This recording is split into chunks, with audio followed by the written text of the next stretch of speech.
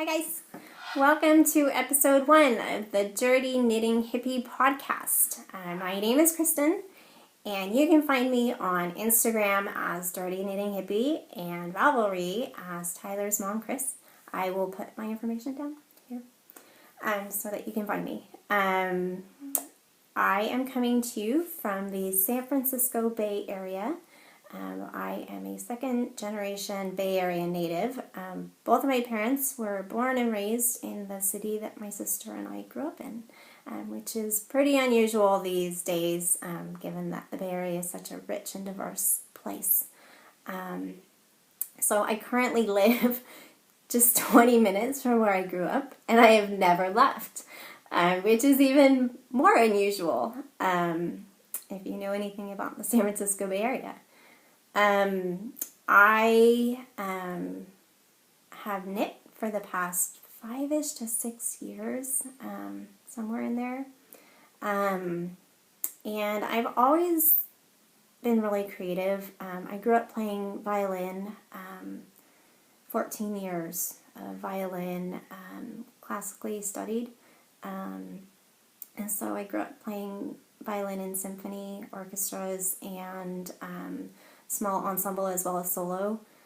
So there was quite a bit of a creative outlet. Growing up, I was 8 when I started. And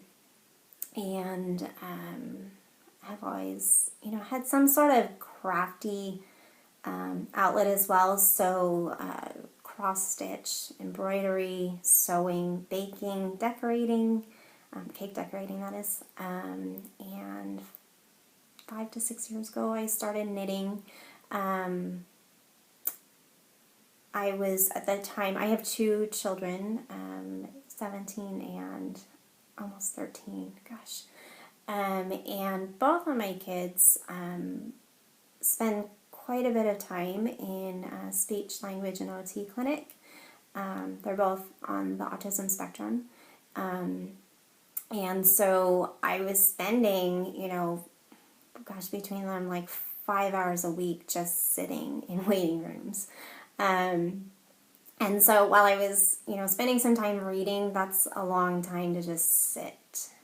So I decided I really wanted to learn to knit. I've wanted to learn for a very long time, but I didn't have anyone to teach me, and it was a really, one of my kids has always been really active, and I couldn't take my eyes off of him ever, even at 13. I can't do that all the time. And so knitting or something that was craft related just wasn't necessarily possible when he was younger. So then when we started clinic, I had more time, and I thought, perfect time to learn. I've got hours of just sitting here, waiting some more. So I enlisted YouTube, and I don't even think I knew anybody at the time who knit. So I started with size 10 bamboo straight needles and some really chunky yarn and the wonders of YouTube, and taught myself to knit. The Bay Area, for all its wonderfully creative, crafty goodness and innovation, is a total yarn desert. There are very few yarn shops and places to learn. There is, my favorite yarn store in the local area it's about a 45-minute drive without traffic. That would be like Saturday morning, very few people on the road here. For here, that means, I'm not sitting for an hour and a half to go that 45 minutes. Traffic here is horrible.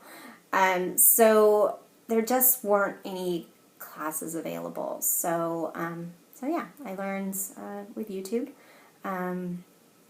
And every time I've had a question, I use YouTube. I also go to a bi-weekly knitting group where incredible amount of knowledge. There's some knitters that have they've been knitting their whole lives. It's both knit and crochet, and so those ladies have been a huge help. If I have questions, I take my projects there, and sometimes I text them at 10 o'clock at night and say, help me. So that's been great, and I've met some amazing friends through that group, and it's one of my absolute favorite things to go hang out with these ladies and their daughters, who are beautiful and young ladies. So that's a lot of fun. I recently learned to crochet, and recently within the last few months or so.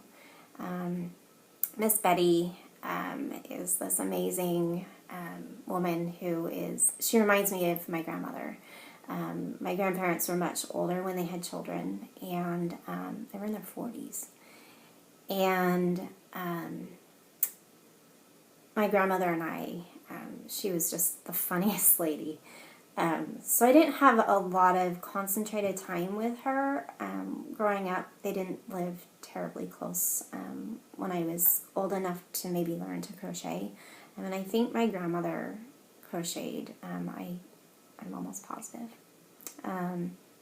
So Miss Betty was the one to teach me to crochet, and that was the first time anyone ever sat with me and taught me to craft in my life, which was such a special experience for me.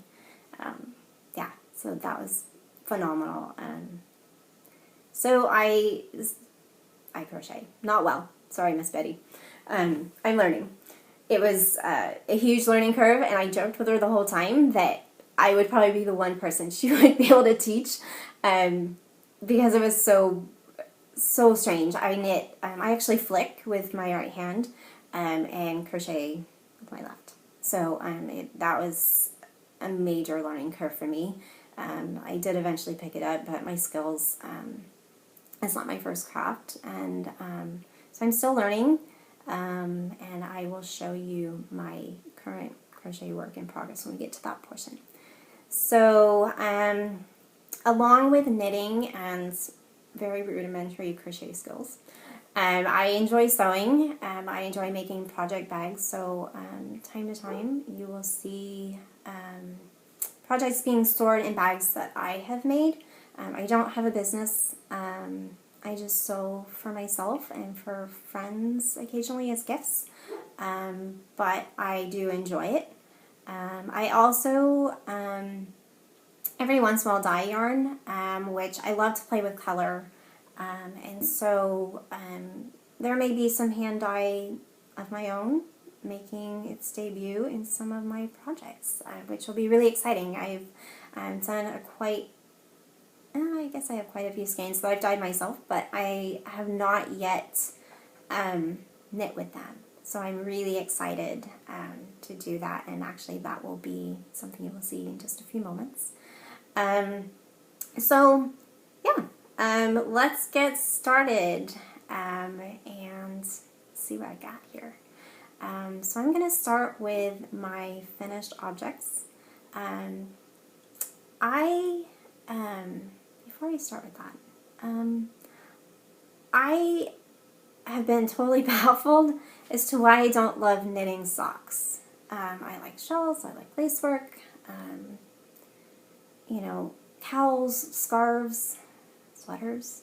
I didn't like socks. But I wanted the portability of a project, like a sock, and I love hand knit socks, but I totally didn't understand why sock knitting was just not clicking for me. So I decided this year would be the year of socks, and I decided that because I didn't love socks just for the sake of knitting socks, that I would start with something I do like, and that's techniques. So I decided to start knitting socks using different heel and toe techniques and try out as many as I could, and see if that kind of sparked my joy of knitting socks. So it's kind of a strange goal, I guess. I don't know. But if I don't like it, at least I'll have a lot of socks. So that's pretty cool. So having said that, the pair that kind of started that was I had knit this pair of just plain vanilla socks. You can see my little hole. That's lovely. These are knit out of Knit Picks Felici in the Countess colorway. See, here's my little label. And it's opposite, so today is opposite day. I'll see if I can fix that when I edit. And so these are knit top down. I used actually just a 1-inch rib. Not the smartest thing because I have some birdie legs and they don't stay up very well.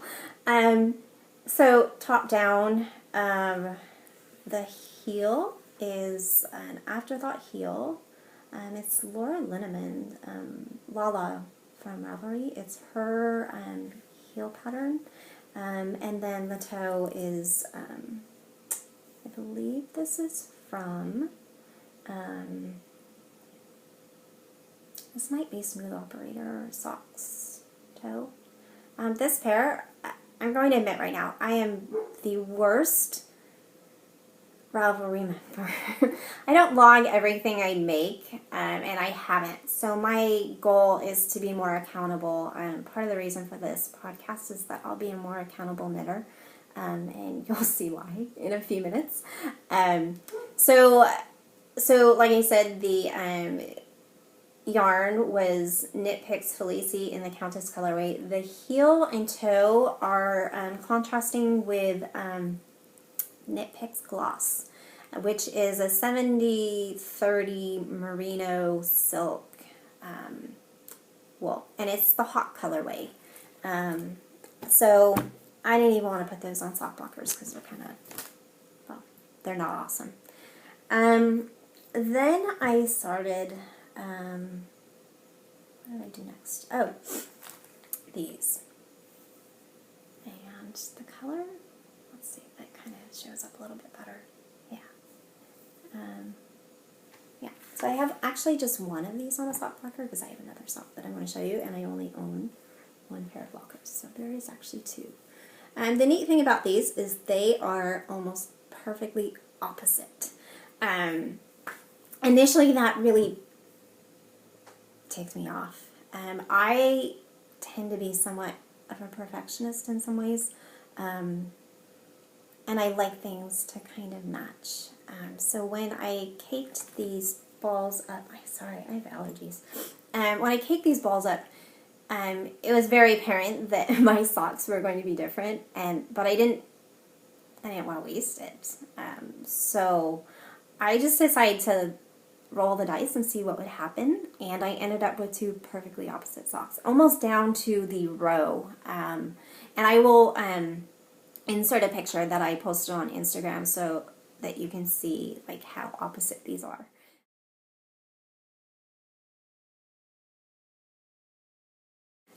So these were knit out of Regia Floromania, and I actually, this is so outside my comfort zone in terms of color. I'm pretty conservative in the color choices that I wear, and so having something fluorescent was a huge stretch for me. But I actually love this yarn. It's bomb-proof yarn, and so I really enjoyed working with a commercial yarn other than Fleecy, which is actually not my favorite because it got so kind of fluffed out. So these, I used a 2x2 ribbing, about 1.5 inches cuff, and Afterthought, which was Laura Linneman's heel, and her toe. These were actually the Afterthought heel pattern that she wrote, and used her toe as well. So again, a resurgence of the Knit Picks gloss, a hot colorway, 70/30, merino silk base. Regia, I believe, is a 75/25 wool polyamide base. My dog is barking outside. I have to let her in. Be right back. I'm back. If you hear her, she is, her name is Guinness, and she's an 11-and-a-half-year-old black lab. And she may have a little dementia going on. This is the first year we've really noticed her aging, and a little bit confused. We play the in and out game a lot. She likes to go outside and come back in, and then go outside and come back in. Doesn't know where she is all the time, but she's still, she's my amazing dog. So you may hear her either walking around or barking. So let's get back to it. So then I knit 1, 2, 3 Rose City rollers.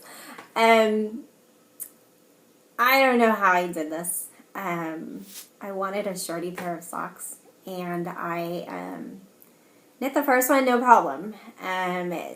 Number 2, I don't even know why this didn't register with me. So I knit the second sock, and I realized that the fabric felt kind of tight.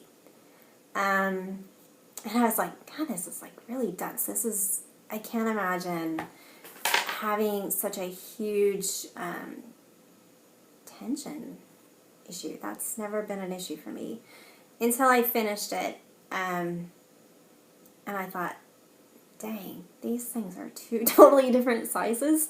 What I ended up doing was knitting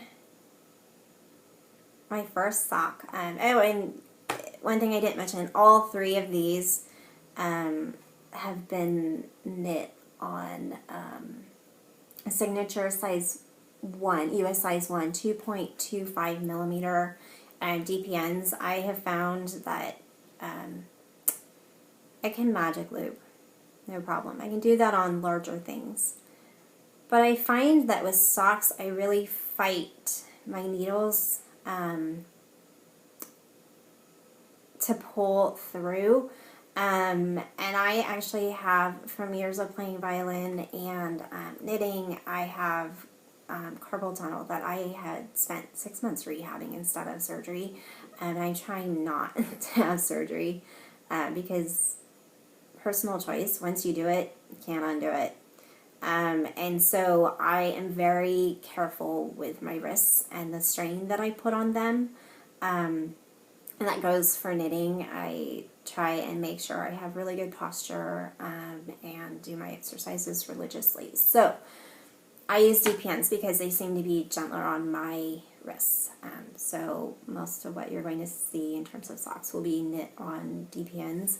I'm also really picky about my needles. So yeah, these were all 3 so far have been knit on the signatures, which feel amazing in my hands, and they just kind of glide. I really like a super sharp point on my needles, and I like just a really fast needle, just because of the way I knit. It's the most comfortable. So, having said that, I decided to go rogue and try another pair of DPNs that were in my bag, not having thought they're in my bag to pick out stitches. They weren't sized for socks. I had just grabbed some DPNs that were in like a little sleeve, and when I finished my first sock, I thought, well, I'll try something different. Different being a size 0 instead of size 1. So, yeah, I ended up with 3 socks. So, Rose City rollers. These were knit. Yeah, that's a good color. These were knit on size, and one 2.25 millimeter signatures. You're gonna notice in my socks I have not woven in my ends. I'm kind of a lazy finisher. But I actually block everything before weaving in my ends, and I'll tell you why in a little bit.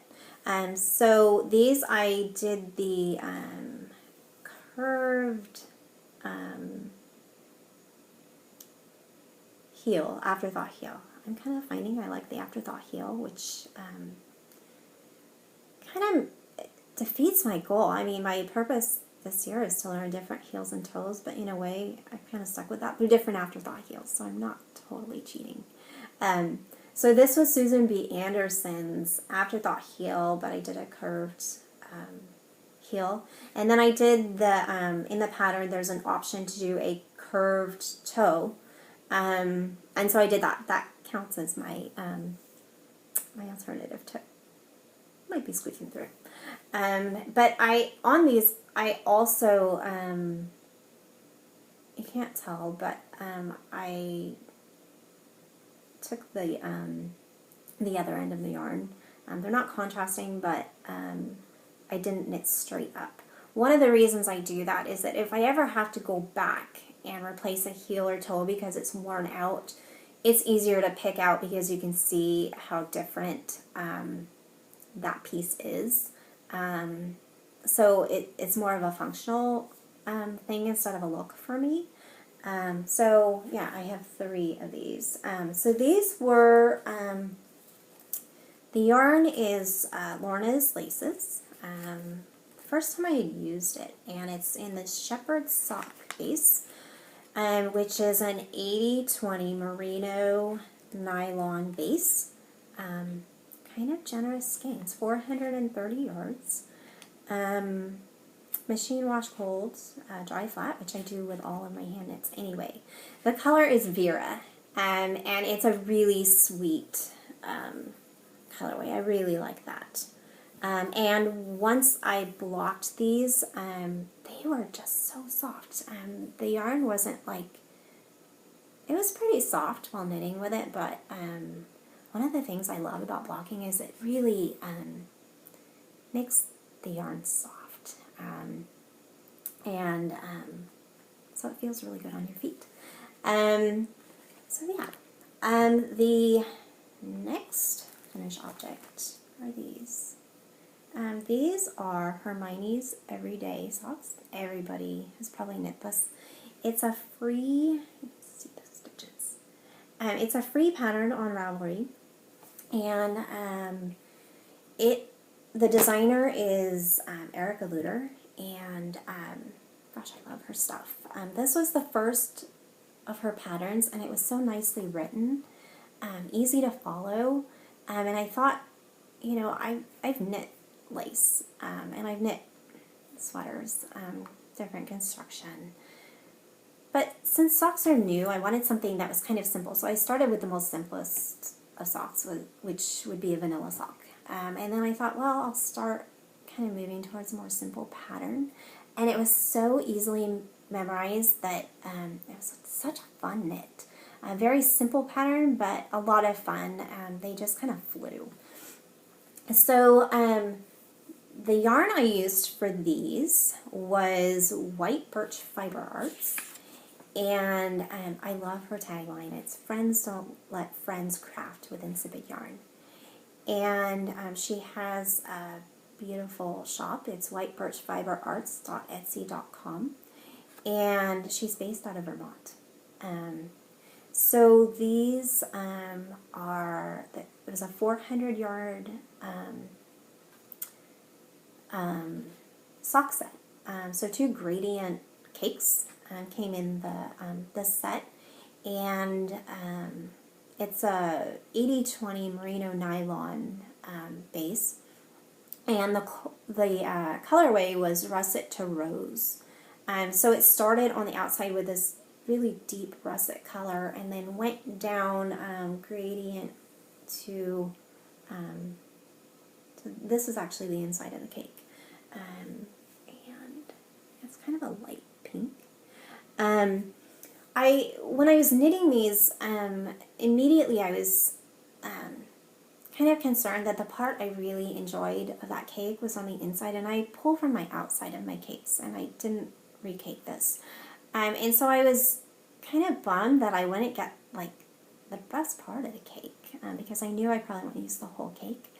And so what I did to combat that was to take the inside of the cake. I did Susan B. Anderson's Afterthought Heel, which I'm finding I like. And this was total cheat on my goal. Sorry. And then, so I used that for my heels and toes. And I ended up with 2 little balls at the very end. And I think these weigh, I think they were 8 grams at the end.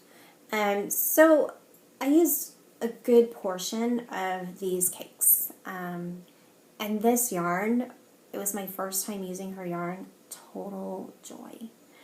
So last week was Stitches, and it was one of the first booths I went to in the market preview, hoping she had more cakes, the gradient sock cakes. She didn't have any this year, so I'll watch her shop and pick up some more, because that was a lot of fun.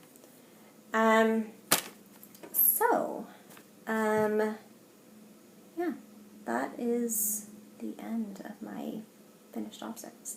Notice they were all socks. So moving on to works in progress. And this is where my dirty little secret may come out. In the past, I've always been overwhelmed by having too many works in progress. I'm a pretty small stash knitter. For a very long time, I just purchased yarn project specific. I have, my stash actually is the largest it's ever been, but it's still considered fairly small. I have 2 dresser drawers of yarn.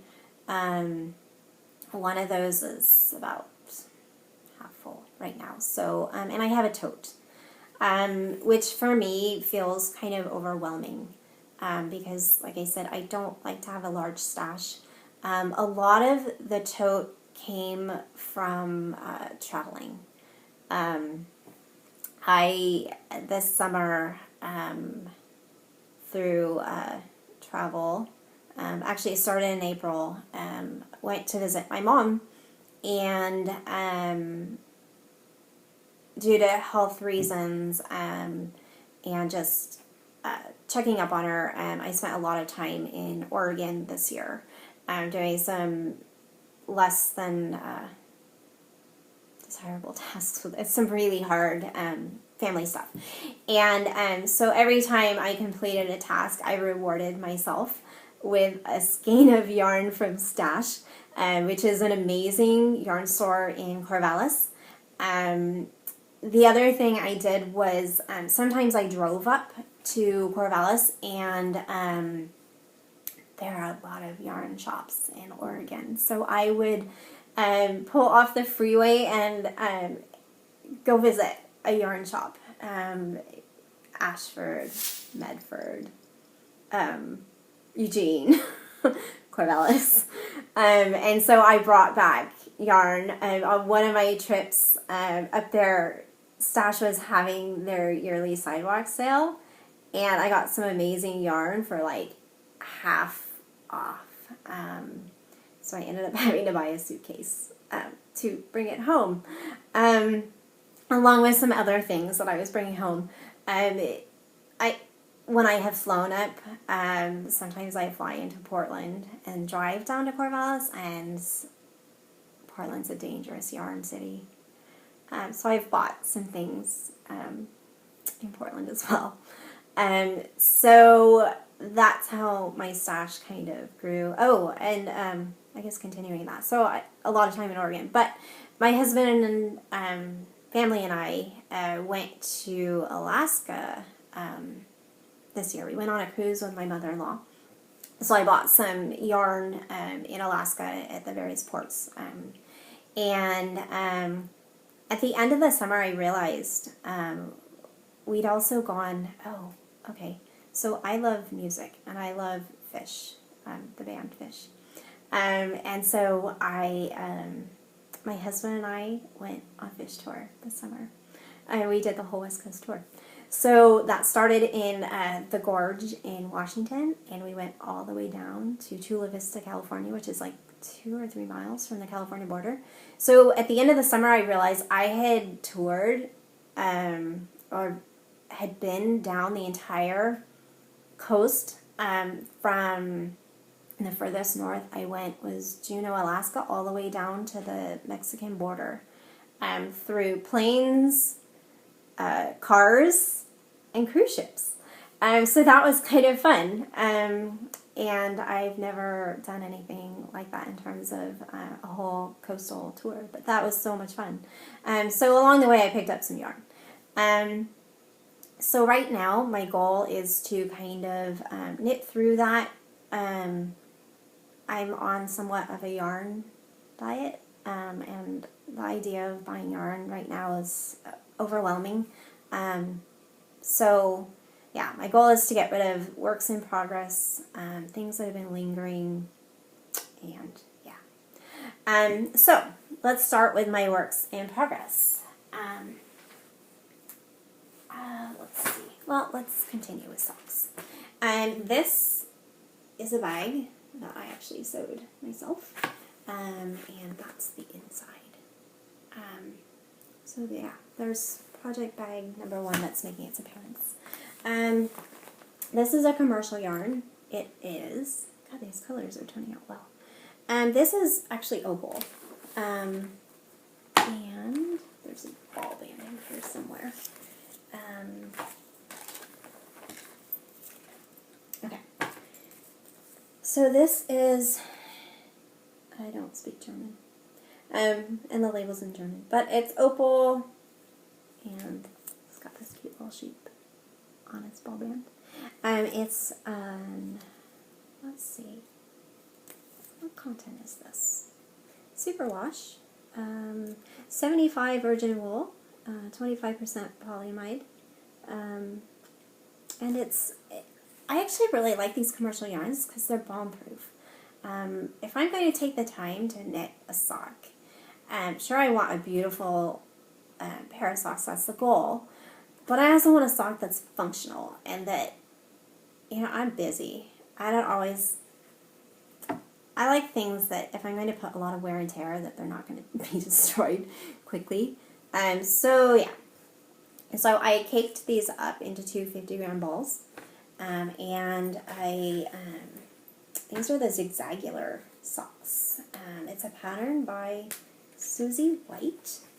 And, you know, I actually don't know if it's a paid pattern or not. I didn't check that out. I'll have to do that. So these are knit on 2.25 millimeter needles, US size 1. These are signatures. They have like the most intense like tip on them. They're stilettos, and they actually give you a warning, like a little paper warning saying you could like impale yourself with these things, and you can. They are very, very sharp. So these I went with a longer cuff because, like I said, I have some bird legs, and socks end up, I get the elephant sag with my socks if they don't stay up. So I decided to go a little bit longer cuff to see if that helps. Let's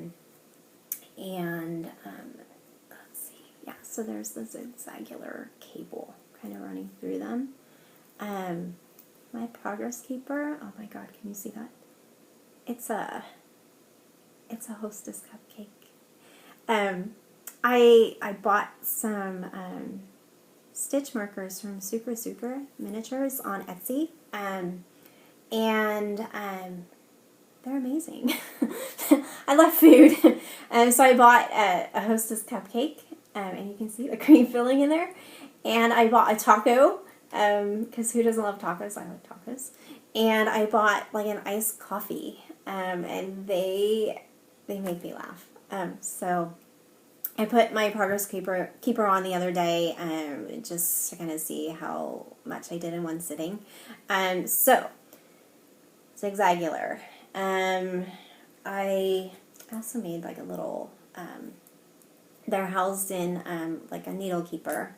I had a very expensive lesson.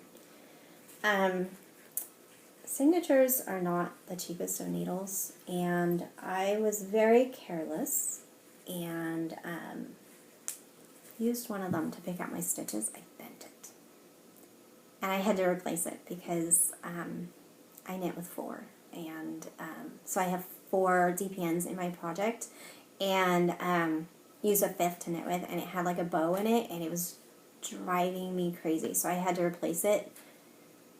It was an expensive lesson. So now I keep them protected. I started sock number 2. Generally I knit my socks one at a time, but I was, I don't remember where I was. And I'm not totally loving the process of knitting the zigzagular pattern because it's like a two-stitch cable, and I'm using a toothpick as my cable needle. Because I was somewhere and I didn't have a tiny cable needle, and so I started using a toothpick, and it's not ideal, but it was convenient. So so I was somewhere and I needed some knitting, and I didn't want to even think about following a pattern. I just wanted to knit. So I started sock number 2, just to do the ribbing. So these actually are Knit Picks DPNs, and I had them in my bag, made sure they were the right size, not like 2 different sizes in case I ever make that mistake again. I don't think I will. And I've had these for years and I hadn't used them, and I like trying different needles. You're going to find I may not be like a huge yarn stash person, but I have a thing for tools. I really like tools. I love needles. So I decided to try my Knit Pick needles out. They have a really nice pointy tip, and they're very slick. And so I decided to try them for socks. The one thing I found was that they are pretty heavy needles. They're solid, but they make my knitting kind of heavy. And like I said, I'm pretty protective on my wrists, and so they're not ideal. Just because of that heft of them. But I like them. They're very nice needles to use. I just don't think they'll be my go-to. I think right now my go-to are the signature DPNs. So these, this pattern, I guess I didn't get that. The design is it on here? Did I keep that page? I don't even think. Oh, Susie White. Yeah, maybe I said that. I'm not sure. And it's Prairie Girl Designs. That's her design company. So, and these I'm not sure what type of heel or toe I'm going to use yet. I need to venture out. So these socks will have a different heel that I've been using. I'm thinking Fish Lips Kiss heel, because I have that pattern. So I might try that. This will be the contrasting heel and toe. It's like a creamy kind of taupe. Again, like I said, I like having contrasting heels and toes for the simple fact that it's easy to pull out should anything ever blow out. And I don't know how to darn. I don't know. I'll learn if I have to, like if I get a blowout like in the ball of my foot, but for now I'm gonna do some preemptive damage control. So this came from Simply Soft Yarn. I wanted to try out their yarn, their line of yarn. And so these were, it's a 50-gram skein. Oh, it's the oatmeal colorway. And it's an 80-20 superwash wool nylon blend. So you get 175 yards in a 50-gram skein, and it's really, really soft. It's crafted in Canada, and it's really soft and reasonable. I want to say maybe $10 or so, $10-11 for a skein, and yeah, it's really quite soft. So this was just to try it out. I will definitely be buying more of their line of yarn because I like it. So yeah, that was work in progress number 1. Number 2. This is, again, a bag that I crafted myself. And I am knitting, it is called number 707 Frida Baby Cardigan, and the designer is Kirsten Hipsky. I'm Kristen, and so when I see this, I automatically default to Kristen. So Kirsten Hipsky, it is a paid pattern. There's a link in Ravelry. I bought it through Webs, and so it doesn't appear in my library because you have to buy it directly through Webs. And it's a really cute baby cardigan. It's got some cabling down the front. And so one of my son's speech therapists is pregnant. She is due with her first baby at the end of April. And so every baby needs a hand knit sweater. So I am knitting her this beautiful little baby cardigan. She's having a girl. And she's kind of like me. We're just not into like pastels for our babies. And so I couldn't see her wanting pink. And honestly, it's not my go-to for baby knits. She, like me, wears very neutral tones. And so we had just this random conversation the other day, and I was asking her what kind of colors she, plans on using for her baby. And she said, natural colors, of course. So I was happy to hear that. So this so far is my progress. You can see these really sweet little cables on the front. Yeah, I'm at the point where I'm making her a 12 to 24 month size because I want her to get some use out of this. She lives in the Santa Cruz Mountains, and the Bay Area has a lot of microclimates. We have valleys, we have mountains, we have hills, we have a bay, and so they live in the mountains where it can be very cold, and it can be pretty hot and somewhat damp where the town where she lives in. So I wanted her to get a lot of use out of this sweater. So I made 12 to 24 months. Babies grow fast. So this is like how much I've done so far. You can see the front. Yeah. Let's see. I just separated for the sleeves not long ago.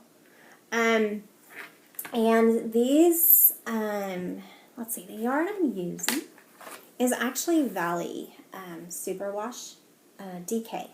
And it's extra fine merino. And this is like the softest, squishiest yarn. I think it will be really nice on a baby. Typically, a lot of people like using acrylics for babies. I like natural fibers. And so I actually picked this up at Stitches at the Webs booth last week. I saw this cardigan. I've been looking for a pattern for a while, and I couldn't find anything I loved. I've made baby vertebrae, which is a really nice pattern, but I wanted something that was a little bit more feminine, but knit kind of in a rustic, natural color. And this just seems perfect for Jess. This just screams her personality. So this is Ballet Superwash DK in the fawn color, and I really like it. It's great yarn. I am using signature DPNs.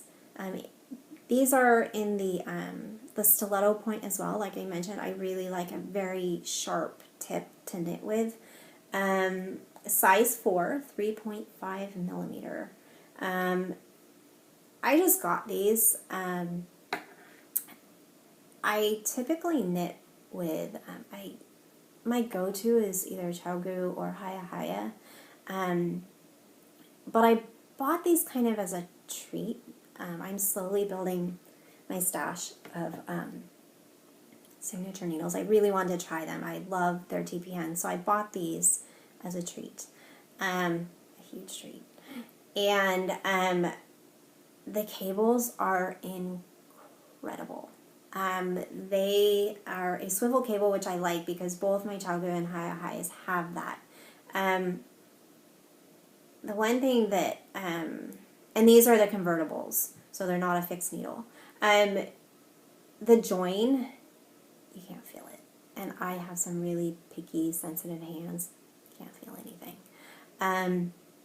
Which is what I've always said, if I could find, for me the perfect needle would be the pointiest of tips, a cable that swivels, has zero memory, an invisible join.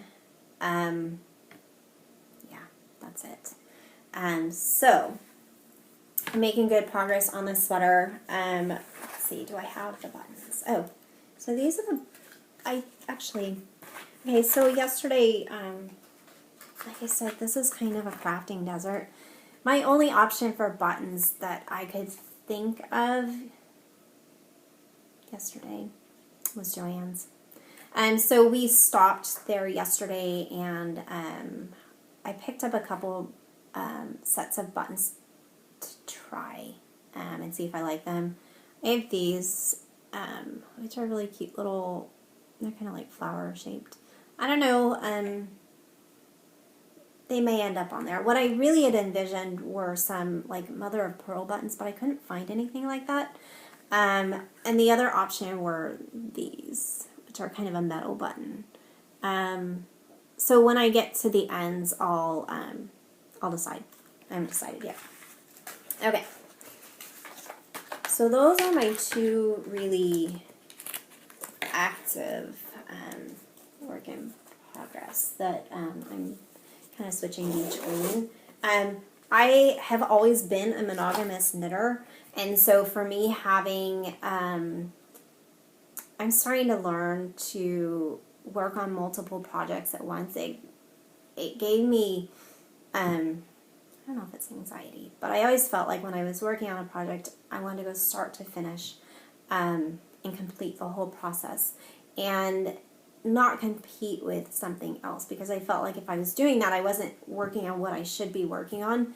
And so having those two projects right now kind of feels like a little bit of a stretch. I'm starting to kind of hit my stride with that. So I'm enjoying it. It's different. I like to push myself to work outside of my comfort zone.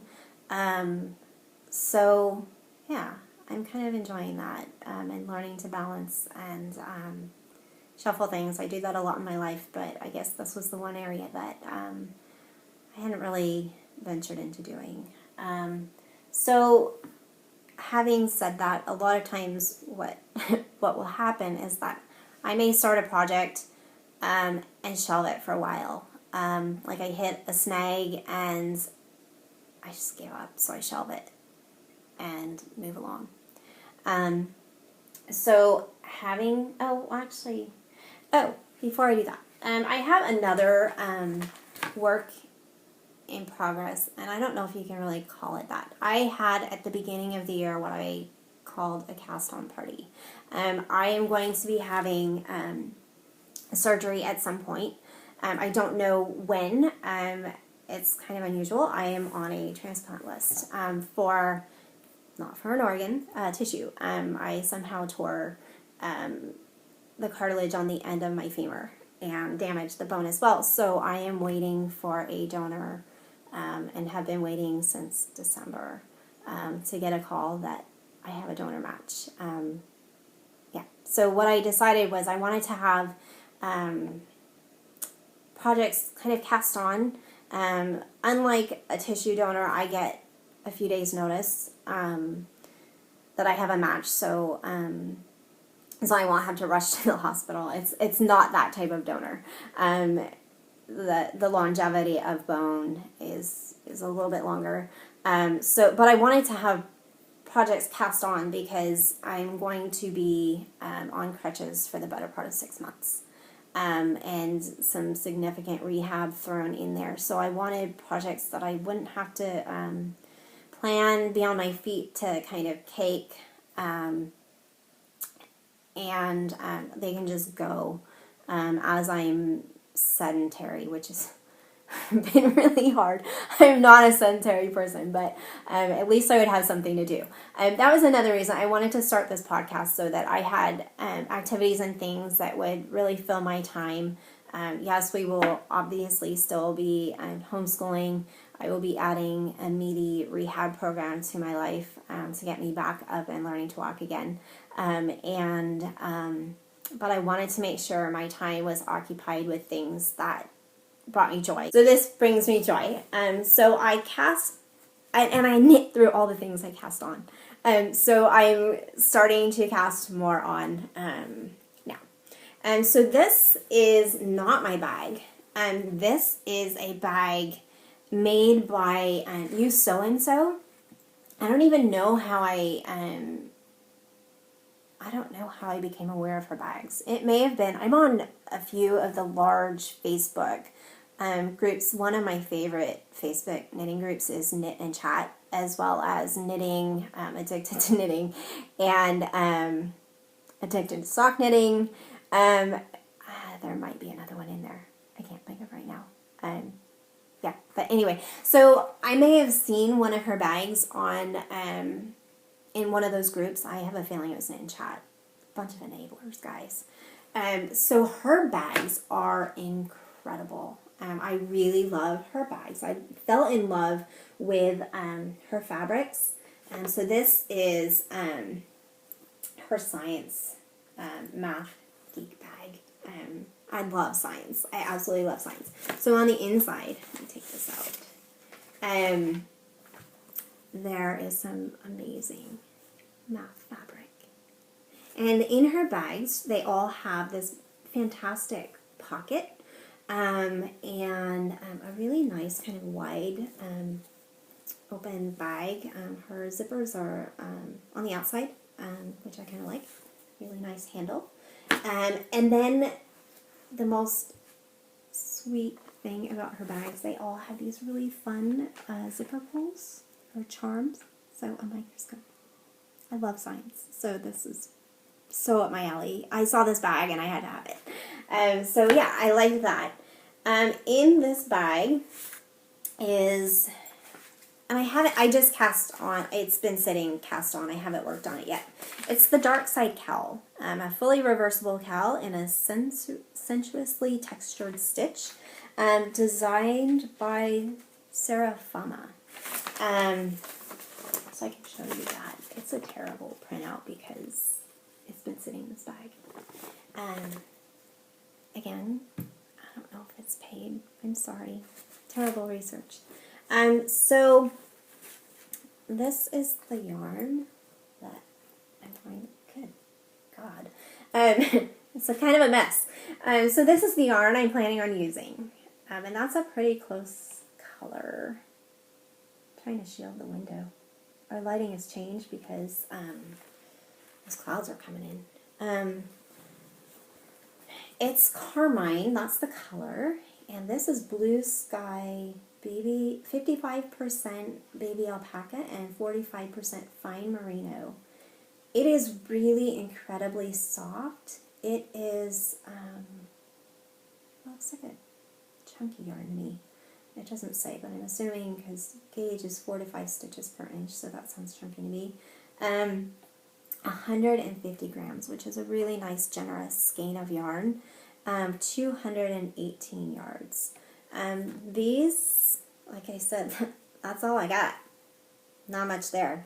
But it's cast on ready to go. I am using size 8 Chalgu red lace needles.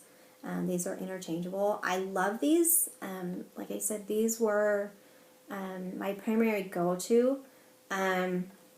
They have kind of a shaft change to them, so it's like, you know, shaft and then kind of it gets really narrow at the join. It's a smooth join, but it's just a very different, it's not kind of like a gradient type of change. I love their cables because they're a wire cable and there is zero memory, which has always been my issue with needle, well, one of my issues with needles.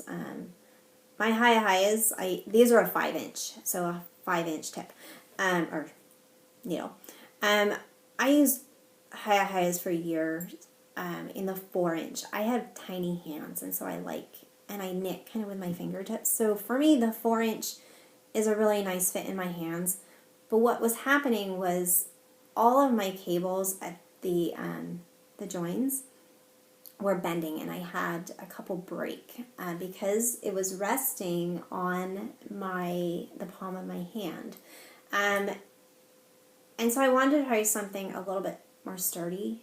So I bought this set to try out, and I actually love them. I love my high. Every tool has a job, and the right tool for the job is kind of my motto. So yeah, I'm enjoying those. And this I will go ahead and start working more actively on after I finish that little baby cardigan. I really want to get that done and to the recipient. So yeah, there's that. Okay, here comes my dirty little secret. I have 2, so it's not as horrible as it sounds. I have 2 projects that have sat kind of around for a while.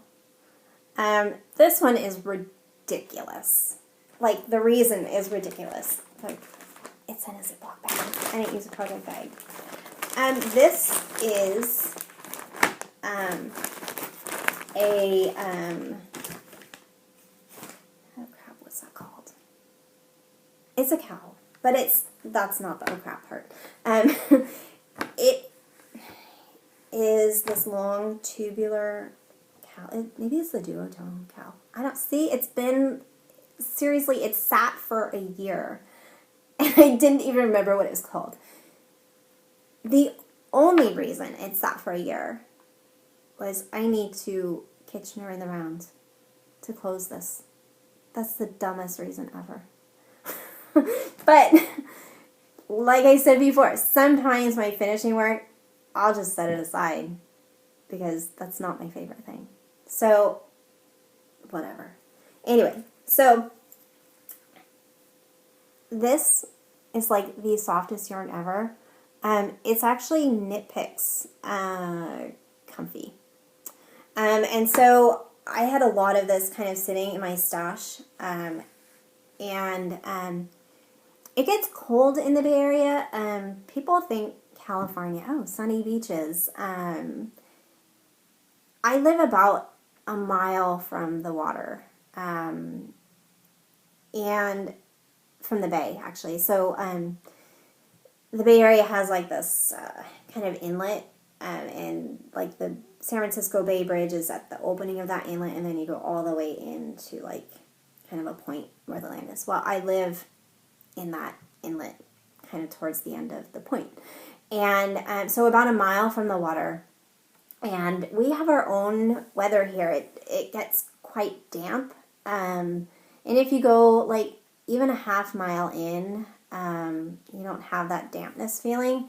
And you don't have that cold feeling. Every day at 4 o'clock, this is predictable year round, we get wind, like a lot of wind.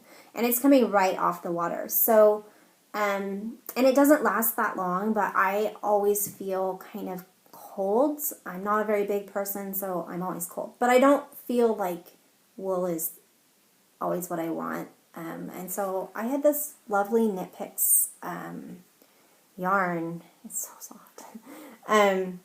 It's like butter. And so I decided I just wanted something to kind of wrap up around my neck. Well, it's March, and this sucker has sat, and I haven't worn it because it's not done. So all I have to do is kitchen this crap closed. Are you freaking kidding me? So this is my accountability. The next my podcast, I'm gonna wear this sucker so you can see I'm not full of crap. It'll be done. All right. So dirty secret number 1, laziness. Okay. This is my first pair of socks. This is why I didn't love knitting socks. This is why I haven't knit socks. I hate heel flaps. So I have one sock done. It was not joyful. But I love this yarn. And I started it. I'm going to finish it, whether I love it or not. And the other thing too is, you know, this yarn wasn't cheap. So I have, you know, a sock that's done. I'm going to finish it. So it's Chapel Crazy Zebra Ball. It was like Willy Wonka everlasting gobstopper yarn. I love the colors, and I love that it's kind of a gradient that looks like a handspun gradient in places. It's not even like, hell if I know what this pattern was. But it's mostly done, and I can look at this one and finish it up. So it's just got like a ribbing that's carried down through the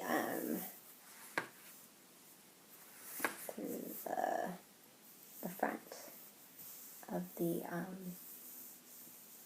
top of the foot. Losing my words. And then just like a squared toe. Heel flap. Not graceful, but it's done. So yeah. That's what I have done. And it's sat like this for a couple of years. That's bullcrap. Sorry. The other thing is, you may hear I have a little bit of a potty mouth on. I will try and tame the beast, but if I slip, I apologize. I'm not even sure what the heck I did here, but I have a I don't even know. So I have a couple DPNs, and I have a fixed. I don't know. So I'm going to sit down, take a deep breath, figure it out, finish it. It's my accountability. Thanks, guys. You've now made me accountable. This is housed in this lovely bag. I made this bag. This was one of my first project bags. The little needle cozy. I also knit, it's probably easiest to show this here, but the inside of this bag, it has this same fabric, and there's a pocket in here, which is the outside fabric. So I really love this bag. I want to get this project out so that I can get some use out of this bag. Okay, last work in progress. Moving along, I'm trying to hurry. Is a crochet project. This is a granny square. Lovely. I'm not, like I said, I'm not much of a crocheter, but I think it's a valuable skill. like I've said before, I really, I like learning new techniques. I'm not much of a, hey, let's learn a new stitch pattern type knitter, but I really feel that learning new techniques is really valuable. They carry over to just a plethora of other projects. They make you more diverse as a knitter, and yeah, so crochet was something that I felt was necessary. So to practice that skill and not waste my valuable, memorable experience with Miss Betty, my older son asked if I could make him a blanket. And when your 17-year-old asks, you know, if you can make them something, you're going to make them something. That kid is absolutely so knit and crochet worthy. So this is for my son Tyler. I have, I want to say, 15 or 16 squares knit. And this is actually Red Heart Super Saver acrylic. And the red and the orange and this teal color are Red Heart. And the outside is like Karen Pound of Love. Typically, I have a hard time knitting with these yarns. My hands, again, very sensitive. I have some sensory issues. Go figure. I don't enjoy knitting with them, but I really enjoy crocheting with them. And so I tried to crochet with some of what I had in my stash and found it was not easy for me. And I wasn't sure I wanted to go to the great expense of buying like indie yarn or more expensive yarn to make a crocheted Afghan. Like it's gonna be like a lap gown. He's a huge kid. He's 6'2". He's very tall and thin. And all legs. So I want it to be big enough that he can like kind of cuddle up in a dorm room with, take a slice of home with him, mom's hug. But I wanted it to be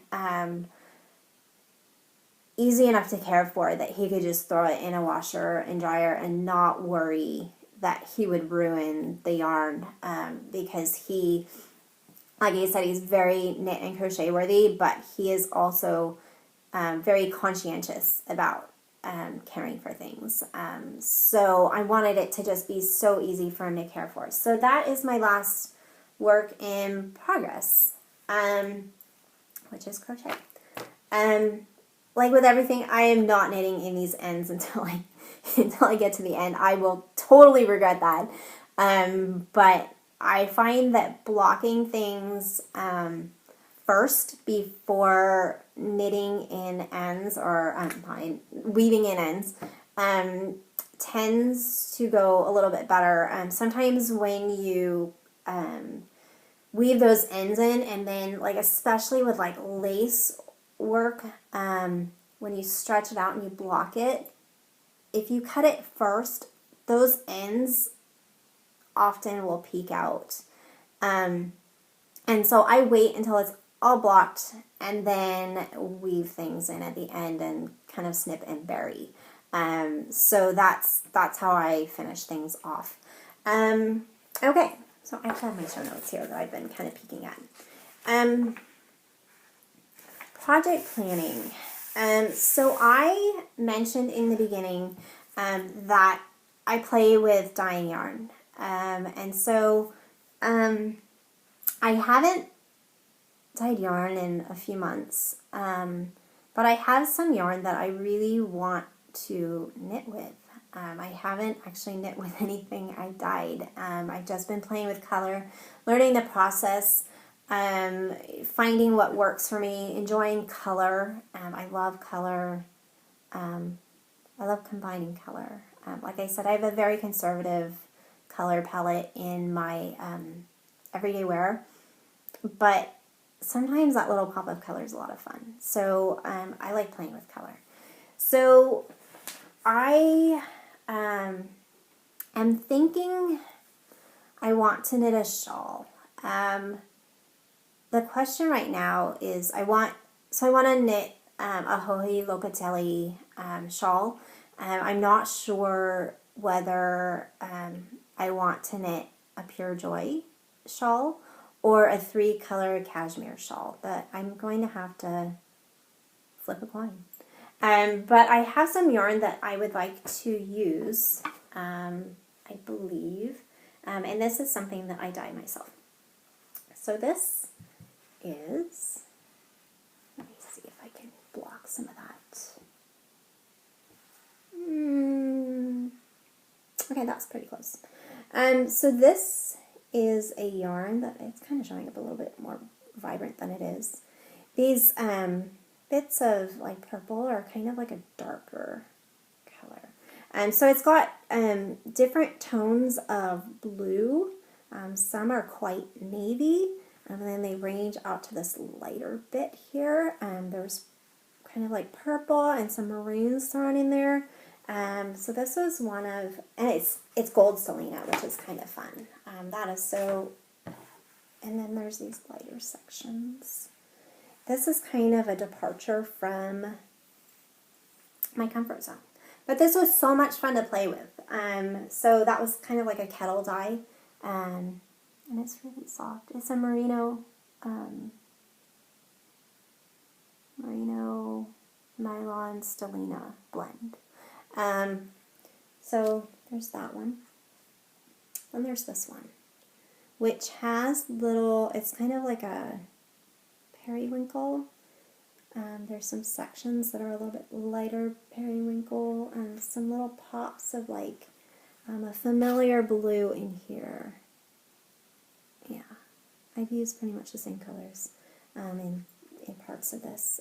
So there's little bits of like less concentrated color.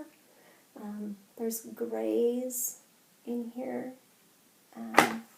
Yeah. So you can kind of see, you know, there's a little bit of light, but there's some whiter areas. Well, not white, but like lighter color areas. So I have that, and then I have this, which that shows up pretty true. So it's mostly cream, and then I have these pops of blue in here, and then the darker kind of purpley areas kind of in there. So what I'd really like to do is a shawl with these 3, that's graceful, these 3 yarns. But right now, or 2. I have a very dark color, this dark purpley one. I have this lighter one, which is kind of a medium contrast.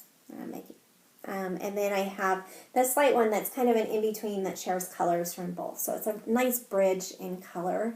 The question is, do I use all 3 or do I just pick 2? I like them together, so I'm thinking, 3-color cashmere. I'm not sure. So, yeah. You can see them all together. And it's so smushy. It smells good, too. I'm not sure what I used. I probably used some soap in here.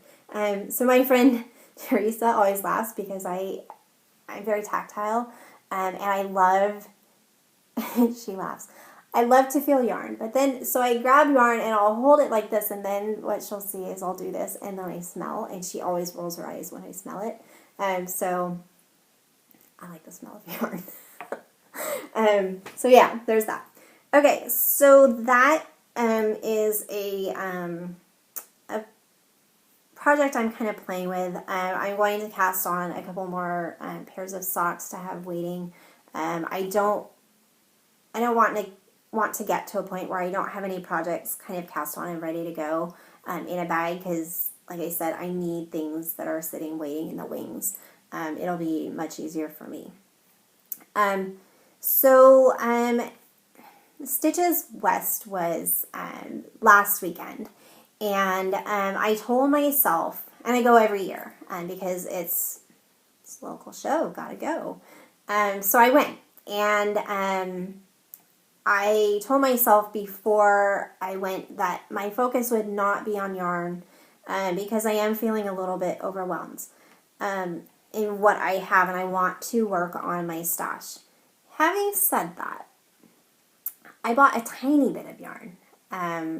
So it doesn't count, right? Because it's just a tiny bit. So I have some things that I purchased. I actually only bought, I'm calling it 2.5 skeins. So I bought this. I love rustic feeling yarn. I like the connection. I'm feeling the connection of nature, but I like knowing where things come from. So like we kept chickens because I wanted my children to know where food comes from. I mean, that's a very simplistic view, but I wanted the connection to nature. I love knowing where my wool comes from, and so when I can find a source that I feel the connection with where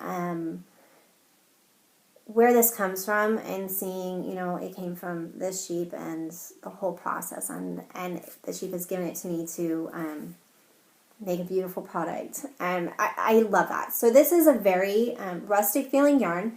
This came from Ross Farm, and they're a heritage and rare breed farm in Pennsylvania. And so the husband and wife were at Stitches, and I had a really lovely conversation with them. They told me that this farm has been in their family for 120 years, which I thought was incredible. They're out of Pennsylvania. And it used to be that the sheep that they kept were for meat purposes. And when it was time for, I wish I had her name. I don't have her name, but she was quite lovely.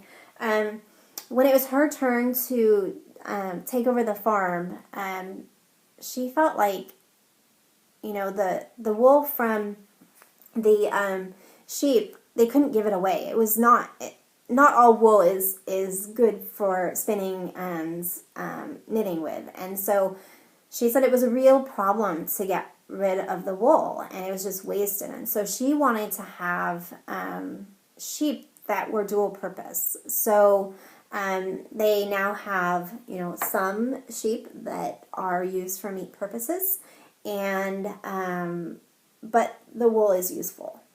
So they keep some for just fiber. So this came from Liberty 2.0. That's the name of this lovely little sheep. And she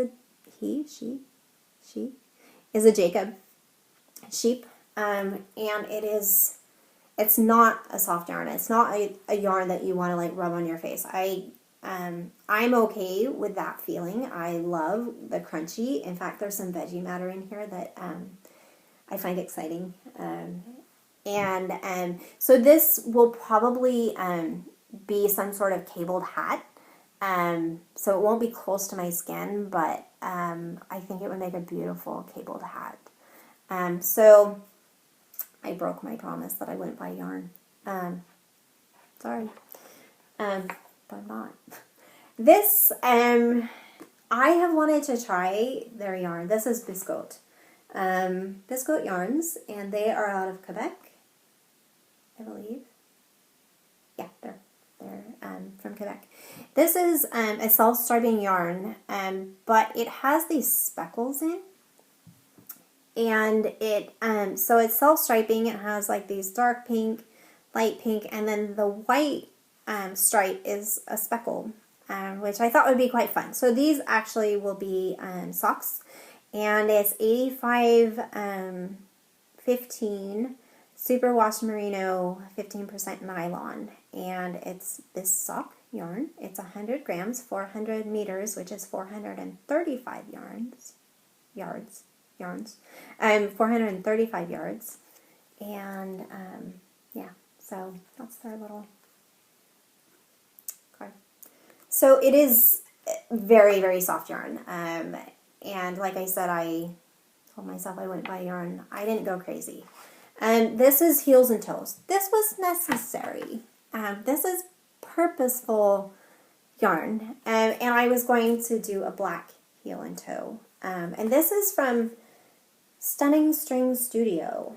I had never heard of them, but they had quite a nice booth at Stitches, and it's called Little Black Dress. It's a 50-gram skein, 230 yards, 75/25 superwash merino nylon. I actually need heel and toe yarns, so this was, and I wanted black, so I purchased that. Okay, so that's all the yarn I bought, and so I did quite well in terms of sticking with my yarn diet. I bought 2 sets of DPNs. Like I said, I use Chigo needles quite often, and I also like Haya. I had not tried DPNs from either of these companies, so I bought 2.25 millimeter US 1 just to try. They're very light. They feel much lighter than my Knit Picks DPNs, so I'm excited to try those. I pulled them out of the package, and I honestly feel that the Chigo are a little bit smoother than, like, it's slicker, like a faster needle than the Haya, but I need to get them in my hands and really work with them to decide. This actually looks like the year of the needle, because that's actually what I mostly purchased. And so the other needles I have in my Frida baby cardigan also came from Stitches. Oh, no, I bought those. I lied. Those were a Valentine's Day present. But I bought cables for them. That's what I bought at Stitches. Because you have to buy the cables for each size. I bought a size, I'm not a single point knitter or needle user, but I bought a size 3, a single point. These are quite short. I don't know how short they are. They kind of look like maybe 8-inch maybe? I'm not sure. But they're size 3. I want to take all these scrap yarns that I'm generating from my socks and start a cozy memory blanket of some sort. So I bought single point signatures just to use. Long-term projects like that tend to get a little bit monotonous for me. They end up being kind of like a mind grind. So having needles that I love help combat that monotony. While I will love the yarns that I'm using, certainly it's the same thing over and over and over. So I wanted a little reward for monotonous knitting. But I love the end product. So size 3 signatures. I also bought another set of signatures, size 6. And I bought the cables that went along with these, and these ones are green. So, yeah. And then I bought the other cables, several pair of cables for the size 4. Let's see, what else did I buy? Oh, okay, so I mentioned I have a little bit of a foul mouth. I'm going to use some swear words, but it's in the name of stitch markers. I'm reading them, I am not generating them. Okay, so I bought these stitch markers. They're from A Needle Runs Through It, and she has an Etsy shop, A Needle Runs Through It.etsy.com. Practical accessories for needlework.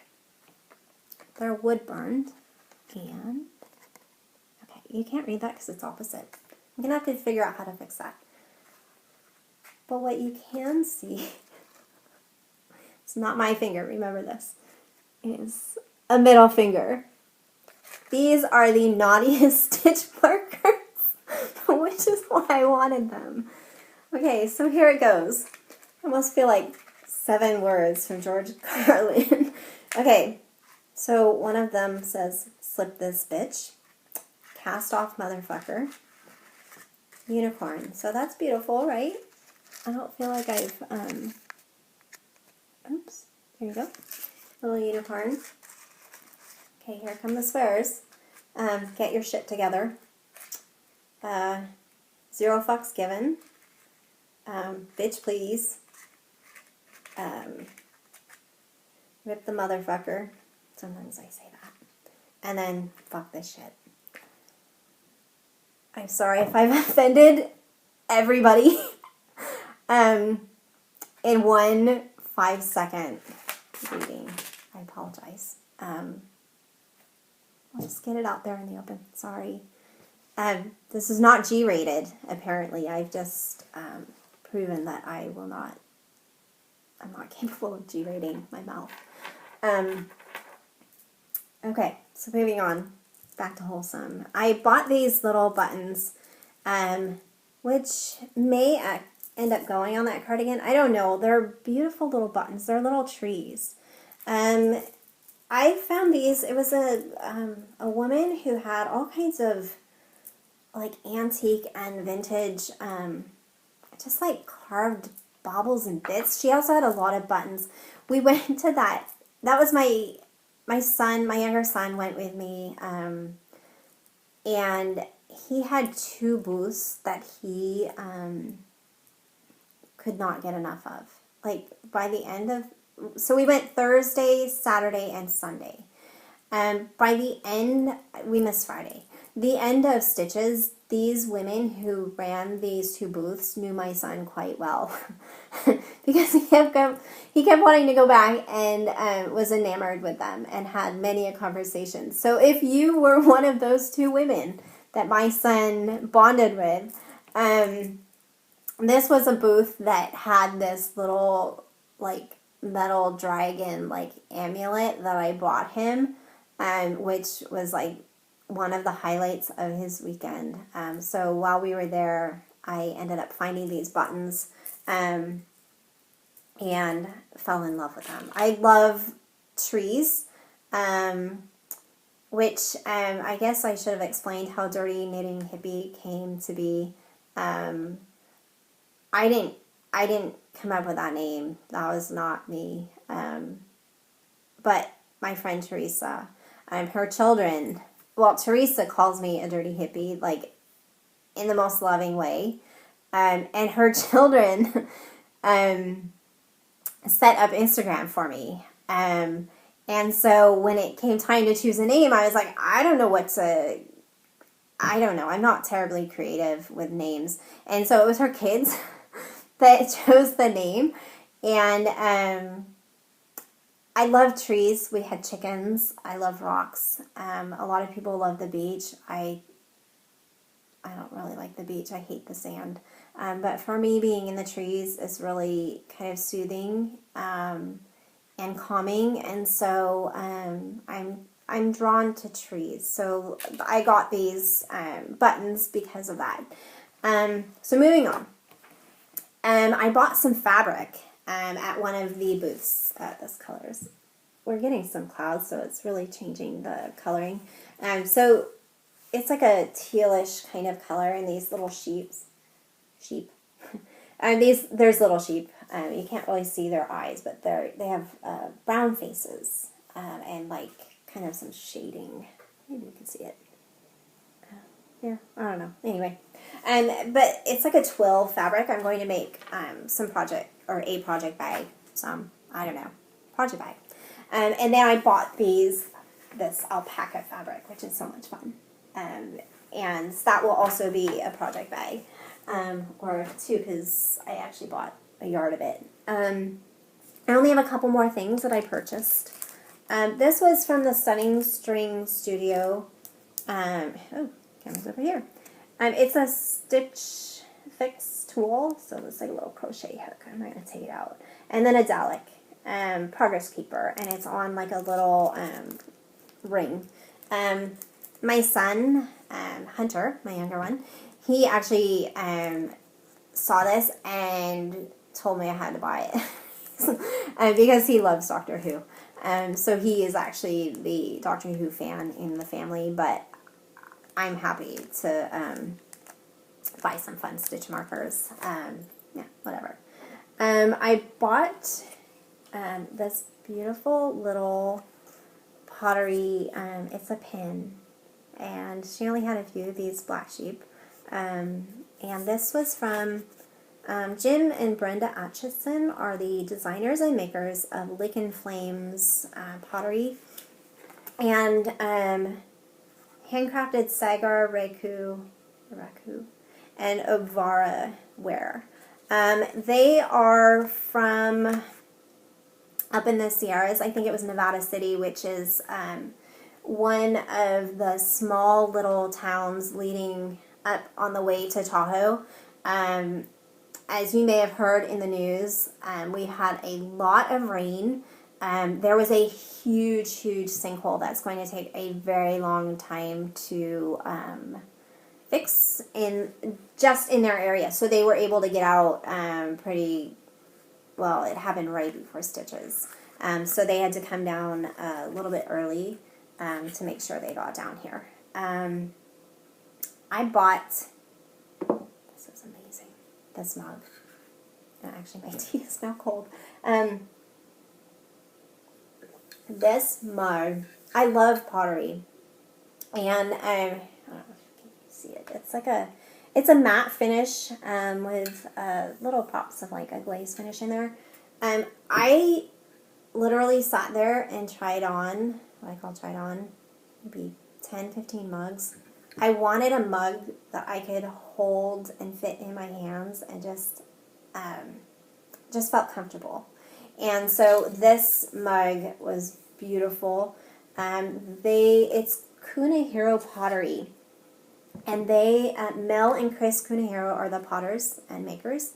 And they are from Oregon. And I've always loved pottery, but I was drawn into this booth because they're from a little town called Philomath, which is it's a small town in Oregon.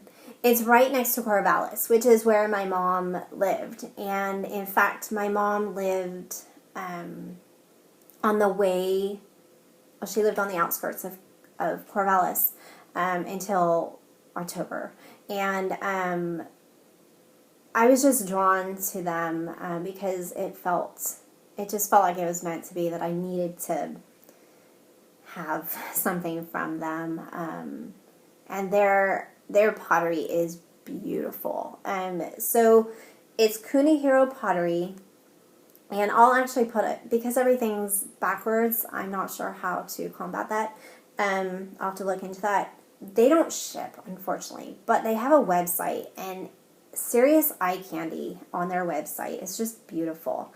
So it's M as in Mary K wares.net.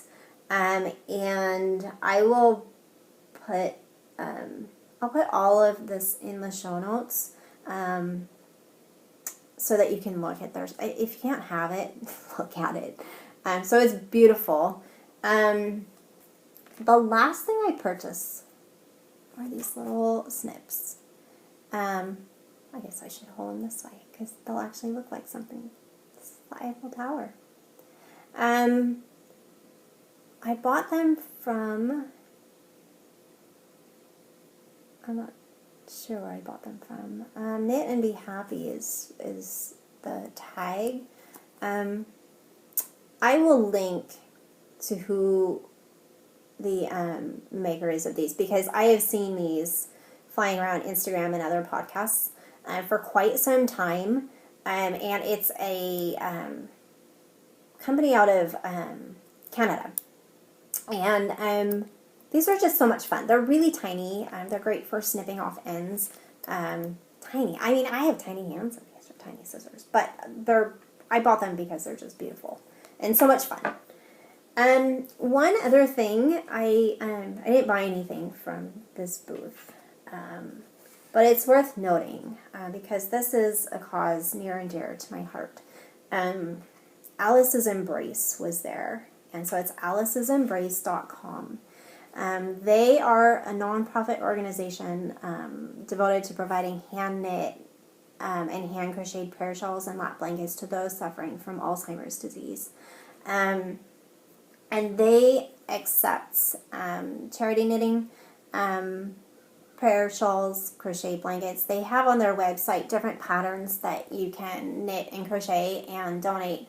But what they do is they go into memory care facilities with their beautiful hand knit and crocheted goods, and they provide a blanket or prayer shawl to residents. So Alice was actually the mother of the woman who started this organization, and she had Alzheimer's. And I mentioned that I have been going up to Corvallis quite a bit in the last year. And my mother has Alzheimer's, or actually she has dementia, and her best friend has Alzheimer's. And so it was time for them to move out of their home. They've been best friends for close to 30 years.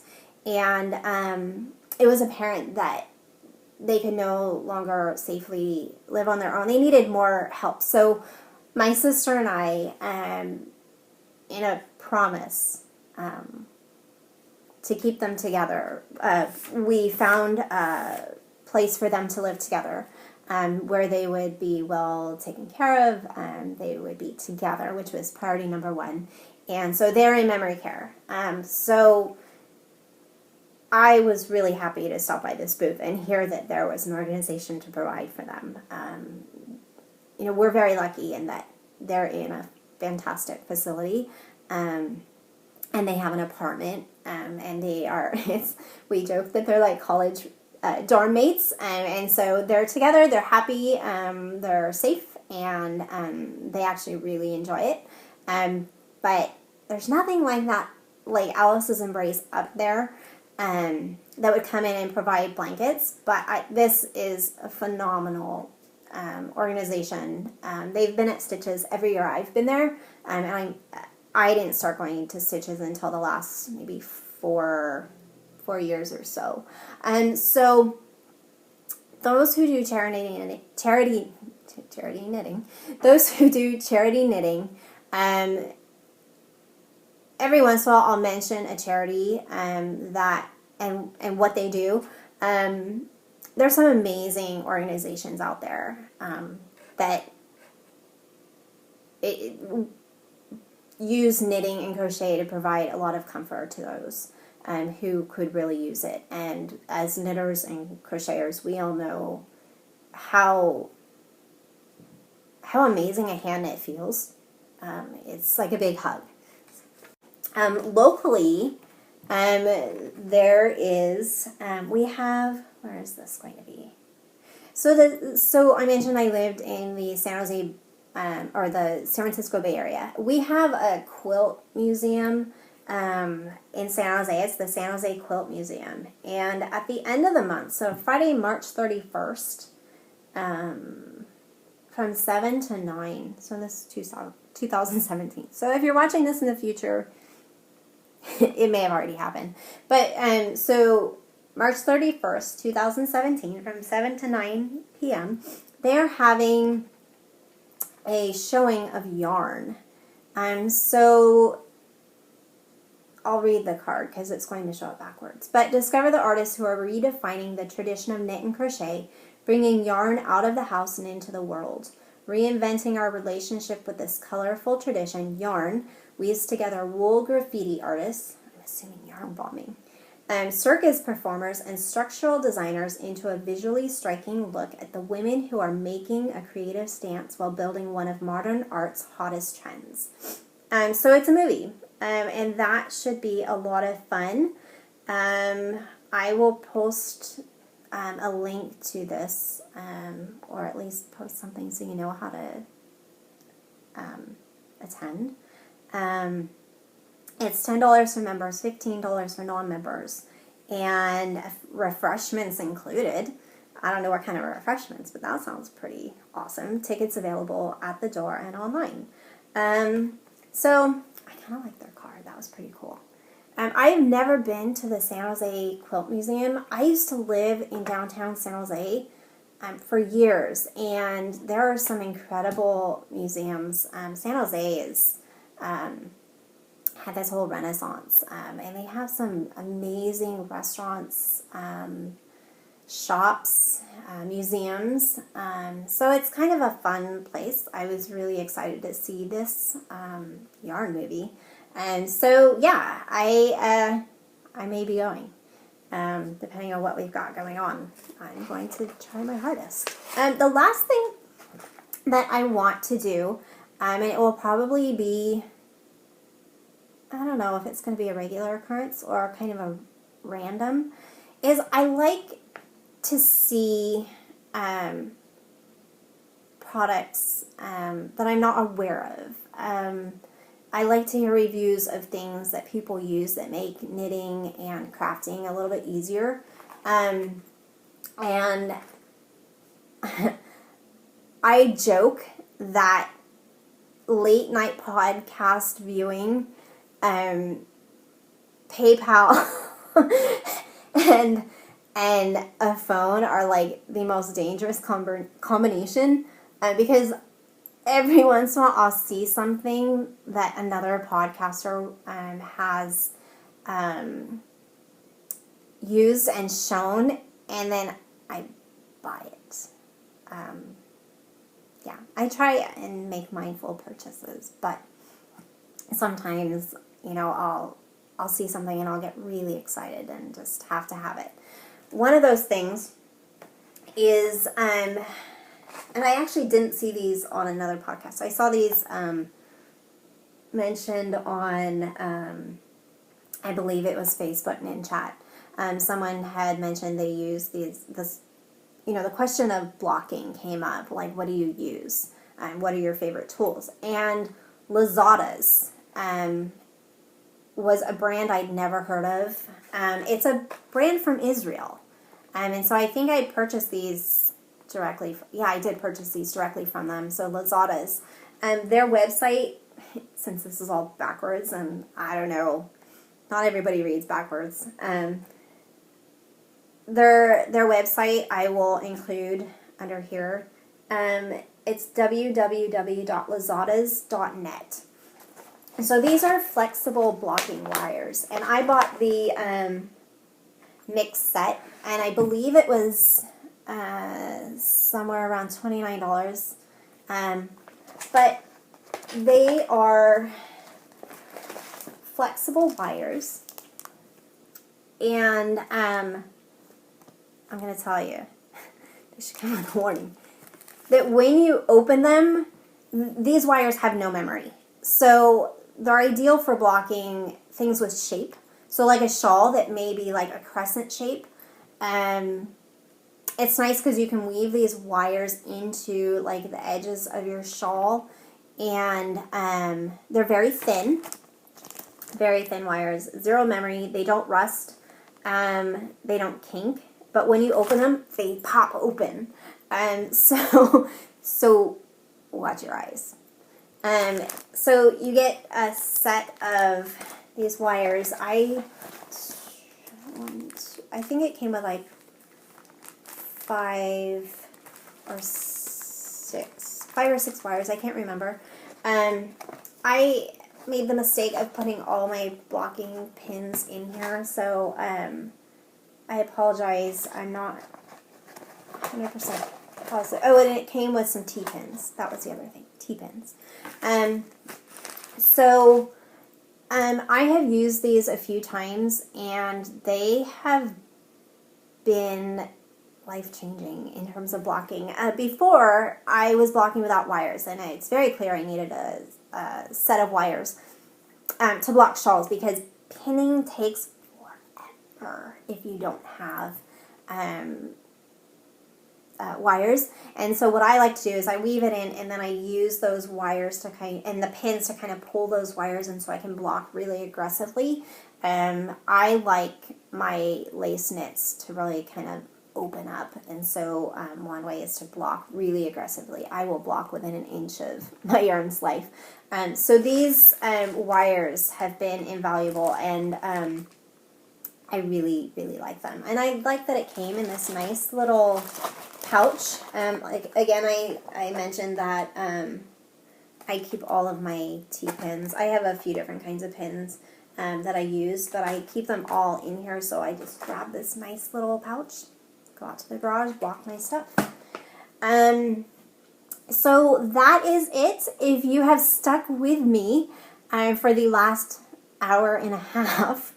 Thank you. I hope to record regularly. This was a lot of fun for me. I've wanted to podcast for a very long time. I have so many podcasts that I watch and I really enjoy, and I'm so thankful that these podcasters take time out of their lives to share their craft. It's a lot of work. I didn't realize how much work it was to kind of prepare. And then now comes the editing portion. So they're really giving up, a nice slice of their time to, share. And, that's the great thing about knitting is that we all kind of share. It's the most inclusive community that I think I've ever been a part of. And it's a lot of fun to see what other people are crafting and using and how they interact with, different techniques and colors and patterns. And, we can all make, everybody's making the Hermione's everyday socks. But when you look at the project pictures, they're all so different. And it, just changes the way the pattern looks when you use different yarns. And it's a really great way to see, how we all interpret art. And so this has been a lot of fun. I will create a group on Ravelry. I'm feeling optimistic that people will come back and watch me, I hope. Like I said, if you have been here the whole hour and a half, thank you very much for sticking with me, and I hope to see you soon. Bye-bye.